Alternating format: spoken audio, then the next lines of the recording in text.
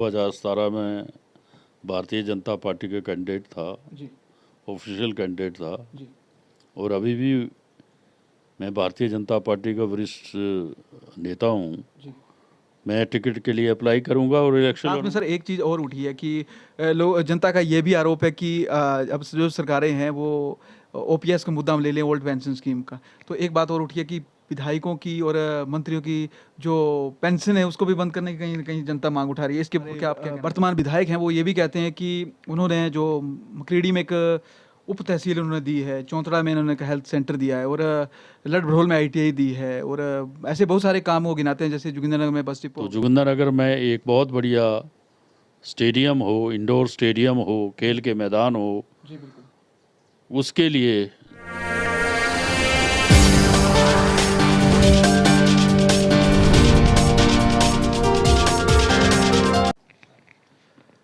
नमस्कार, खबरखास टीवी में आप सभी का स्वागत है। मैं मुनीश ठाकुर और अभी मैं मौजूद हूँ पूर्व में रहे विधायक और मंत्री श्री ठाकुर गुलाब सिंह जी के निवास स्थान में और हमारे साथ मौजूद हैं। सर आपका स्वागत है सबसे पहले खबरखास टीवी में। धन्यवाद। जी ठाकुर साहब बात कर रहे हैं राजनीति की और जैसे कि तमाम जनता को जानकारी है, आने वाले आगामी चुनाव जो है 2022 में वो होने जा रहे हैं और इसकी जो सरगर्मियां हैं वो हिमाचल में कहीं ना कहीं अब जोर पकड़ रही हैं। इसी के बारे में आज आपसे थोड़ी चर्चा करेंगे, बातचीत करेंगे। उससे पहले हम बता देना चाहते हैं कि जो ठाकुर गुलाब सिंह जी हैं ये किसी जान पहचान के मोहताज नहीं है। 7 बार इन्होंने जो है वो जो विधानसभा के चुनाव हैं वो जीते हैं, पीडब्ल्यूडी मिनिस्टर भी रहे हैं। तो ठाकुर साहब एक चीज़ हम आपसे जानना चाहेंगे, इस बार इलेक्शन जैसे हमने सुना है आम जनता ने भी कि आप चुनाव लड़ने जा रहे हैं और इस दफ़ा मैं टिकट के लिए, क्योंकि मैं 2017 में भारतीय जनता पार्टी का कैंडिडेट था, ऑफिशियल कैंडिडेट था, और अभी भी मैं भारतीय जनता पार्टी का वरिष्ठ नेता हूँ। मैं टिकट के लिए अप्लाई करूँगा और इलेक्शन लड़ूंगा। लेकिन अभी जो विधायक हैं जोगिंद्रनगर के, जो श्री प्रकाश राणा जी, उनका ये कहना है उन्होंने अभी 4 साल बाद जो है वो बीजेपी में उन्होंने ज्वाइन किया है। इसके बारे में आप क्या कहना चाहते हैं? देखिए, जो एंटी डिफेक्शन लॉ है उसके तहत जो आज़ाद विधायक है वो किसी पार्टी को ज्वाइन नहीं कर सकता। ज्वाइन करने से पहले उसको अपने पद से रिज़ाइन करना होता है, तब वो किसी पार्टी को ज्वाइन कर सकता है। तो उसके खिलाफ तो पिटीशन हुई है और वो स्पीकर हिमाचल विधानसभा के पास पेंडिंग है। और मुझे लगता है कि उसका जो निर्णय है एंटी डिफेक्शन लॉ के तहत वो किसी पार्टी को ज्वाइन नहीं कर सकते, पहले उनको एमएलए-शिप से रिज़ाइन करना होगा। जी। और जिस तरह से उन्होंने अभी तक आरोप लगाते आ रहे हैं कि 40 साल में, हम ये बात करें तो जोगिंद्रनगर में वो कहते हैं अपने भाषणों में, सुना होगा आपने भी, कि यहाँ पे कुछ नहीं हुआ है, कोई विकास नहीं हुआ है। इसके बारे में आप क्या कहना चाहते हैं? ये तो बड़ी घटिया सोच है। 40 साल में विकास नहीं हुआ। घर घर जाओ, हर गांव में आज सड़क है। जब मैं पहली दफ़ा एमएलए बना था तो जोगिंद्रनगर विधानसभा क्षेत्र में ना बिजली होती थी, ना कोई नल होता था, ना सड़क होती थी, ना कुछ होता था। लड़भड़ोल में सड़क बरांदर के पीछे थी।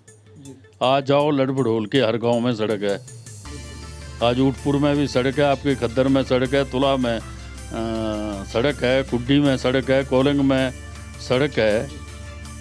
एजू से लेकर के बसाई तक 36 किलोमीटर सड़क मैंने बनाई है और उसको पक्का भी किया है। पीडब्ल्यूडी मंत्री आप रहे हैं, तब से रोड आपने जो निकाले थे, अभी तक भी कई जगह में कुछ रोड ऐसे हो जो आज तक पक्के नहीं हो पाए हैं। मैंने as a PWD minister 300 kilometre से ज़्यादा सड़कें जोगिंद्रनगर विधानसभा क्षेत्र में 5 साल में बनाई हैं और 22 पुल बना करके तैयार किए हैं। एक पुल का जो शिलान्यास मैंने सांडा पतन में किया था ब्यास नदी के ऊपर, आज वो तैयार हो गया है। किसी भी वक्त शायद मुख्यमंत्री आएँ और उसका उद्घाटन करें। तो ये एक सबसे बड़ा ब्रिज है जो लड़भड़ोल के इलाका को संधोल और होशियारपुर से मिलाएगा और वहाँ की कायाकल्प करेगा। और बहुत सारी सड़कें पक्की भी हुई हैं और मैंने बजट में प्रावधान किया था कि ये सारी सड़कें पक्की होनी चाहिए। लेकिन मुझे नहीं लगता कि इस 5 साल के दौरान या 4.5 साल के दौरान कोई ख़ास प्रगति सड़कों के पक्का होने में हुई हो। जी, लेकिन जो हमारे वर्तमान विधायक हैं वो ये भी कहते हैं कि उन्होंने जो क्रीडी में एक उप तहसील उन्होंने दी है, चौंतड़ा में इन्होंने एक हेल्थ सेंटर दिया है और लड़भड़ोल में ITI दी है और ऐसे बहुत सारे काम वो गिनाते हैं, जैसे जोगिंद्रनगर में बस डिपो हो गया।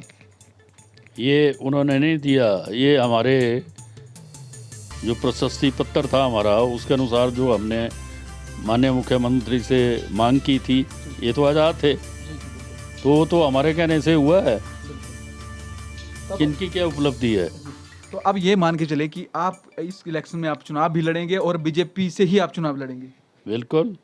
जी, तो आप जनता को, तमाम जनता को क्या मैसेज देना चाहेंगे? क्योंकि जनता जो है अभी थोड़ा सा, हम ये कहें तो कंफ्यूज है, क्योंकि जनता ये लोग ये कह रहे हैं कि शायद वर्तमान विधायक जी अब बीजेपी में शामिल हुए तो उन्हें टिकट मिल जाए या फिर वो बीजेपी से ही चुनाव लड़ें। ये आप कैसे कह रहे हैं? तो हाईकमांड ने देखना है कि किसको टिकट देना है। मैं टिकट के लिए अप्लाई करूंगा और इलेक्शन भी लड़ूंगा। इसके अलावा जिस तरह से आपने कहा कि आप चुनाव लड़ेंगे और किस तरह देखते हैं हिमाचल में चुनाव की, जिस तरह से सरगर्मियां बढ़ गई हैं हिमाचल में, एक कांग्रेस और कभी बीजेपी, इस बार क्या रहने वाला है? मतलब क्या लगता है आपको कि ये परिवर्तन होगा कि बीजेपी रिपीट करेगी? बीजेपी रिपीट करेगी। बीजेपी रिपीट करेगी। बीजेपी ने काम किए हैं और बीजेपी रिपीट करेगी। जी, बीजेपी पार्टी आपका कहना है कि रिपीट करेगी। सर, बीजेपी कांग्रेस तो ठीक है, लेकिन अभी आपने देखा कि तीसरी पार्टी भी एक विकल्प के तौर पे उभरी है, आम आदमी पार्टी, क्योंकि पंजाब में उन्होंने अपनी सरकार बनाई है। उसके बारे में आप क्या कहना चाहते हैं? हिमाचल में उसका मुझे कोई विकल्प नज़र नहीं आता। हिमाचल में 2 पार्टियां चलती हैं, एक कांग्रेस और बीजेपी। इन्हीं का ये मुकाबला होता है जी, और यही सत्ता में आते हैं या ओपोजिशन में आते हैं। जी, मतलब आप पार्टी का कोई वजूद मुझे हिमाचल में नज़र नहीं आता। आम आदमी पार्टी का कोई वजूद नहीं है। कुछ इस तरह के मुद्दे हैं जो जनता ने भी उठाए हैं। अभी जिस तरह से अग्नि जो पथ एक योजना थी जो सरकार लेके आई है, सेंटर सरकार लेके आई थी, और अग्निवीर जो उसमें भर्ती होकर जाएंगे उनका अग्निवीर कहा जाएगा, तो उनके लिए 4 साल का ये प्रोविज़न है, क्या ये सही है? हाँ, नहीं, ये सोच समझ के केंद्र सरकार ने किया है और केंद्र सरकार ने भी कहा कि 4 साल के बाद उनको जो पैरा मिलिट्री फोर्सेस हैं और स्टेट की जितनी फोर्सेस हैं उसमें भी एडजस्ट किया जाएगा। तो नौजवानों के लिए बड़ा स्कोप है ये। अच्छी योजना है, लाभकारी योजना है। इससे नौजवानों को अपॉर्चुनिटी मिलेगी और देश सेवा में काम करने का मौका मिलेगा। जी, लेकिन साथ में सर एक चीज़ और उठी है कि जनता का ये भी आरोप है कि अब जो सरकारें हैं वो OPS का मुद्दा हम ले लें, ओल्ड पेंशन स्कीम का, तो एक बात और उठी है कि विधायकों की और मंत्रियों की जो पेंशन है उसको भी बंद करने की कहीं ना कहीं जनता मांग उठा रही है। इसके ऊपर क्या आप क्या कहना चाहते हैं? नहीं, वो जनता तो सब मांग उठा सकती है, इसमें कोई दो राय नहीं। ये तो फिर जो सरकारें आती हैं उनको देखना है कि पेंशन रखनी है नहीं रखनी है। तो सर आखिरी में अगर आप चुनाव लड़ेंगे, आपने जैसे कहा भारतीय जनता पार्टी से आप चुनाव लड़ेंगे, क्या कुछ हमारे माध्यम से आप लोगों को संदेश देना चाहते हैं? देखिए, मैंने बहुत जोगिंद्रनगर की जनता की सेवा की है। आज जितनी सड़कें आपको नज़र आ रही हैं, घर घर गांव-गांव सड़क है, पक्की सड़कें हैं, पुल हैं, आपके स्वास्थ्य सुविधाएं हैं, स्कूल हैं, भवन हैं, बड़े बड़े रेवेन्यू ट्रेनिंग इंस्टीट्यूट हैं, आपका जोगिंद्रनगर में मिनी सेक्रेटेरिएट है, आपके यहाँ फायर ब्रिगेड है, सब कुछ है, ITI है, IPS का डिवीज़न यहाँ खुला है, सारी चीज़ें हैं। और वूल वैली तृतीय चरण का जो चूल्हा प्रोजेक्ट है आज तैयार है, लेकिन पीछे वो फट गया।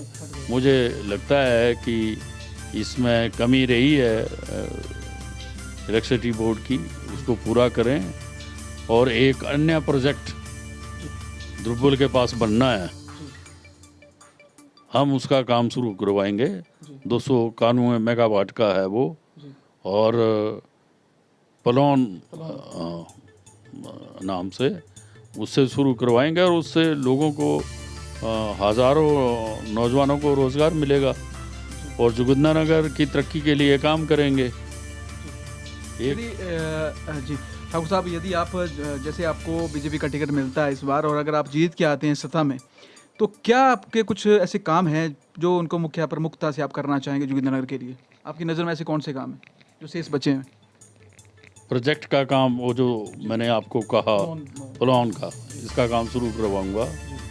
और जोगिंदरनगर में ज़्यादा से ज़्यादा इंस्टीट्यूट आएँ, उसके लिए प्रयास होगा। लड़ बड़ोल जो तहसील है, जो कभी पटवार सर्कल हुआ करता था, उसको मैंने उप तहसील किया था 1980 में। उसके बाद तहसील किया, अब उसको डिवीज़न में तब्दील करूंगा, सब डिवीज़न को लूँगा वहाँ। और जितनी तमाम सड़कें हैं जहाँ कच्ची हैं उनको पक्की करूंगा, और रोज़गार के ज़्यादा से ज़्यादा साधन जोगिंदरनगर के लोगों के लिए लाऊंगा। बड़े बड़े प्रोजेक्ट जोगिंदरनगर के लिए लाऊंगा, ये मेरी प्राथमिकता होगी। और जोगिंदरनगर का मान सम्मान जो है उसको एक बार पुनः पटड़ी में लाऊंगा। और ठाकुर साहब, साथ में जैसे अनुराग ठाकुर जी हैं, वो आपके सन इन लॉ हैं, तो उनसे क्या अपेक्षा रहेगी, क्योंकि वो केंद्रीय मंत्री, खेल मंत्री हैं, तो इस तरह से क्या देखते हैं कि किस तरह से फ़ायदा होने वाला है जोगिंदरनगर के लिए? देखिए, वो बड़े वजूद में हैं, भारत सरकार में सूचना प्रसारण मंत्री हैं, साथ साथ खेल मंत्री भी हैं और युवाओं के मंत्री भी हैं। उनसे हिमाचल के लोगों को बड़ी आशा है। वैसे तो देश में आशा है, हिमाचल में बहुत आशा है।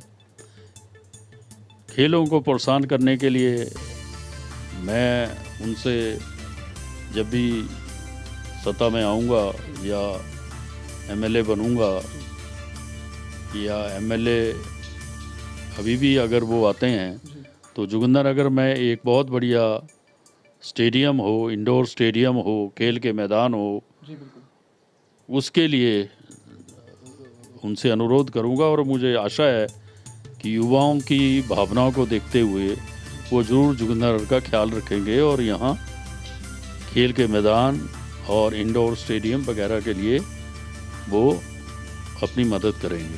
जी बिल्कुल, क्योंकि जहाँ तक देखा जाए युवा दिलों की हम कहें तो पुकार अनुराग ठाकुर जी हैं, क्योंकि जब अनुराग जी का नाम आता है तो कहीं ना कहीं युवाओं में जो है डबल जोश होता है, क्योंकि वो खेल मंत्री जिस तरह से हैं और खेल के प्रति उनकी जो इतनी मतलब संवेदना हर वक्त जुड़ी रहती हैं, खेल के प्रति वो इतना एक्टिव रहते हैं, वो खुद भी योगा व्यायाम वगैरह करते रहते हैं, जैसे सभी लोग जानते हैं।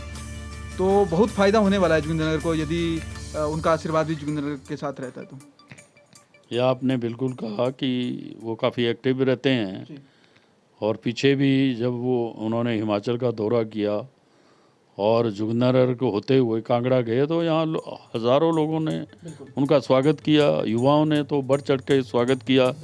और युवाओं की ये आशा लगी है कि अनुराग एक ना एक दिन जोगिंदरनगर में कोई ना कोई उपलब्धि जो है युवाओं के लिए, खेलों के लिए मैदान या इंडोर स्टेडियम, उसके लिए प्रोत्साहित करेंगे। ऐसी आशा जोगिंदरनगर के नौजवानों ने बना के रखी है, और मुझे आशा है कि वो इस जोगिंदरनगर के लोगों की आशा को पूरा करेंगे। तो मतलब काफ़ी फ़ायदा जोगिंदरनगर को होने वाला है इस तरीके से। हाँ, नहीं, वो कुदरती होगा। तो बहुत बहुत धन्यवाद सर हमारे साथ जुड़ने के लिए। थैंक यू, धन्यवाद सर। तो ये थे ठाकुर गुलाब सिंह जी, और साथ में इन्होंने ये भी क्लियर किया है कि वो भारतीय जनता पार्टी से ही चुनाव लड़ेंगे। यदि चुनाव लड़ने के बाद वो जीत के आते हैं सत्ता में, तो अपने प्रमुख कार्य उन्होंने बताए हैं। तो खबरखास टीवी के लिए मुनीश ठाकुर की रिपोर्ट।